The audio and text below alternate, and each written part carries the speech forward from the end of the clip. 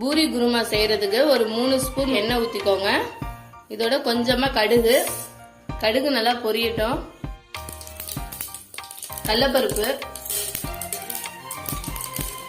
கொஞ்சமா உளுத்தம் பருப்பு, ஒரு 4 பச்சை மிளகாய், கருவேப்பிலை சேர்த்துக்கோங்க.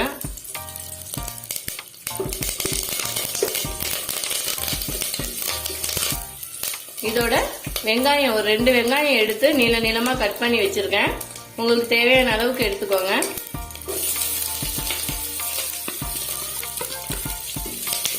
வெங்காயம் நல்லா வதங்கிட்டு இதோட ஒரு தக்காளி சேர்த்துக்கோங்க.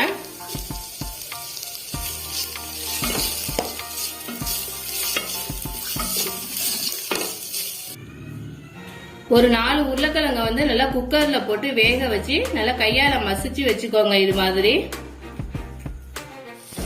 இப்ப நம்ம வேக வச்சு எடுத்து வச்சிருக்க இந்த உருளைக்கிழங்க சேர்த்துருவோம். உங்களுக்கு தேவையான அளவுக்கு எடுத்துக்கோங்க உருளைக்கிழங்கு.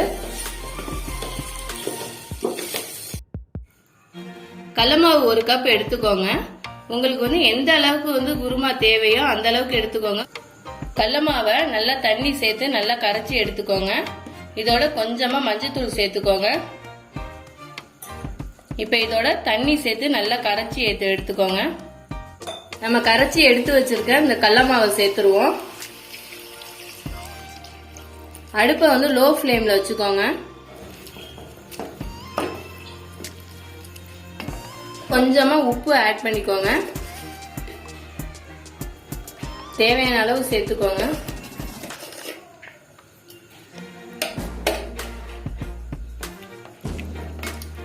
உங்களுக்கு இன்னும் கொஞ்சம் குருமா தேவைப்பட்டா இன்னும் கொஞ்சம் கடலை மாவு சேர்த்துக்கோங்க. இல்ல கம்மியா வேணும்னா கம்மியா சேர்த்துக்கோங்க.